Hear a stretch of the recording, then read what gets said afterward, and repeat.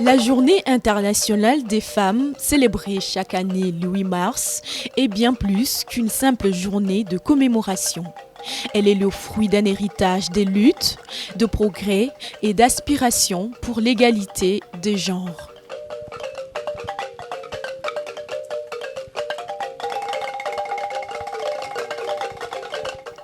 La première commémoration de cette journée a lieu le 19 mars 1971, mais le 8 mars sera fixé comme date officielle de la Journée internationale des droits des femmes, en hommage à une manifestation d'ouvrières à Saint-Pétersbourg le 8 mars 1917. Tout le mois de mars va être ainsi consacré à la sensibilisation et à la lutte pour les droits des femmes avec des événements tels que des conférences, des campagnes, des rencontres et des initiatives visant à promouvoir l'autonomisation des femmes et à encourager le progrès vers l'égalité des sexes. Chaque année, un thème international est choisi par les Nations Unies pour célébrer cette journée. Aussi, chaque pays choisit un thème au niveau national autour duquel les femmes réfléchissent sur les défis spécifiques à relever dans leur pays. S'agissant de l'année 2024, le thème de la Journée internationale de droits des femmes a porté sur « Investir en faveur des femmes, accélérer le rythme ». En République démocratique du Congo, les réflexions ont tourné autour du thème « Accroître les ressources nécessaires en faveur des femmes et des filles dans la paix pour un Congo prioritaire ». Plusieurs activités ont été organisées pour célébrer cette journée. Dans la foulée, la Chambre de commerce de l'ambassade américaine en République démocratique du Congo a organisé un dîner mémorable le 29 mars 2024 en l'honneur des femmes qui servent avec dévouement au sein de ce service diplomatique.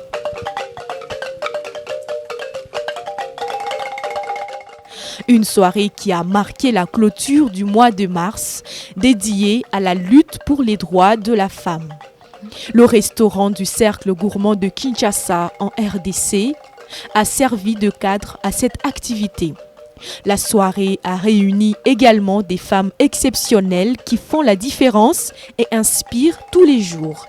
Des échanges fructueux, des réflexions portant sur les défis persistants auxquels les femmes font face dans les milieux professionnels, ainsi que les partages des expériences vécues dans différents secteurs ont animé cette soirée, accompagnée des délicieux repas servis au dîner. Pour certaines femmes, cette soirée n'est pas une simple rencontre.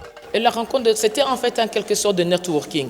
C'est des échanges, de voir qu'est-ce que les unes font et les autres. Et comment fédérer, comment on peut travailler ensemble pour avoir plus d'impact. Parce que souvent, nous travaillons en solo et on ne se connaît pas. Et les gens sont surpris, ah tiens, toi tu fais cela, l'autre fait cela. Et si on travaillait en solo, il y aura plus d'impact et nous impacterons positivement notre population. L'avenir de la femme congolaise est prometteur, comme on peut le comprendre, pour un Congo prioritaire et pour l'épanouissement économique de la femme. Moi, j'ai cette devise que j'ai dit toujours, la vraie richesse, ce n'est pas là où j'arrive au sommet seul, mais là qui en comprend le plus grand nombre de personnes. Et c'est ça que je passe mon temps à faire. Et je pense que toutes les femmes, si on allait vers cette direction, il y aura plus d'impact dans notre pays et nous allons combattre les inégalités. L'avenir est fructueux pour nous. C'est juste à nous, les femmes, de plus nous former, de plus aller à l'affront et de prouver de quoi nous sommes capables. C'est notre devoir à nous, en tant que femmes, de continuer d'y aller. Okay? On doit évoluer, on doit se former, on doit ne pas s'arrêter à ce qu'on a déjà connu aujourd'hui, mais aspirer à encore plus. On prouve de quoi nous sommes capables. C'est le travail qui témoigne, c'est le travail qui est à la fin qui signe tout. On ne se bat contre rien, on prouve juste de quoi nous sommes capables. Il faut faire preuve de bravoure, de courage pour pouvoir avoir une place justement à ces grandes tables où les preneurs de décision assistent tout simplement. La femme congolaise a un avenir prometteur. La femme, c'est le socle, donc si la femme n'a pas d'avenir, c'est que le pays n'a pas d'avenir, c'est que non, bien sûr que le pays a beaucoup d'avenir et la femme encore plus.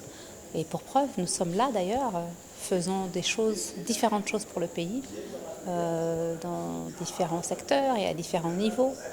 parce qu'on estime qu'il y a énormément à faire et que la femme a absolument sa place. Moi, je suis quelqu'un qui croit très fortement en la femme congolaise. Je crois que la femme congolaise est une femme très dynamique, très indépendante. C'est vrai que ce n'est pas facile pour elle tous les jours, mais je crois que c'est une femme qui se bat pour y arriver.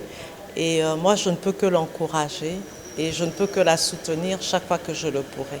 On a de plus en plus de femmes à des postes de prise de décision, chose qui n'était pas le cas avant. On a des femmes DG, des femmes DGA. Par exemple, chez moi, je suis à la TMB. Le comité de gestion est composé de femmes maintenant.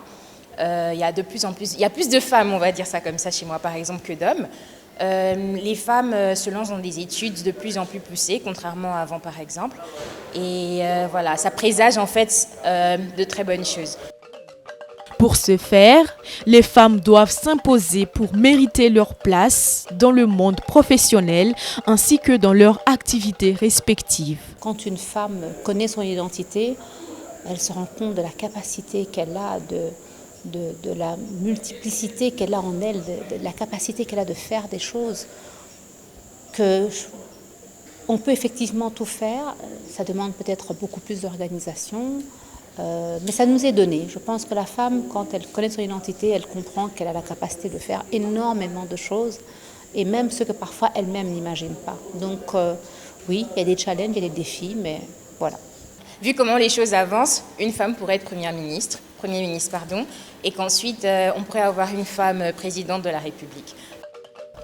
Malgré les progrès réalisés, le combat de la femme devra se poursuivre pour garantir un monde meilleur et plus équitable pour tous.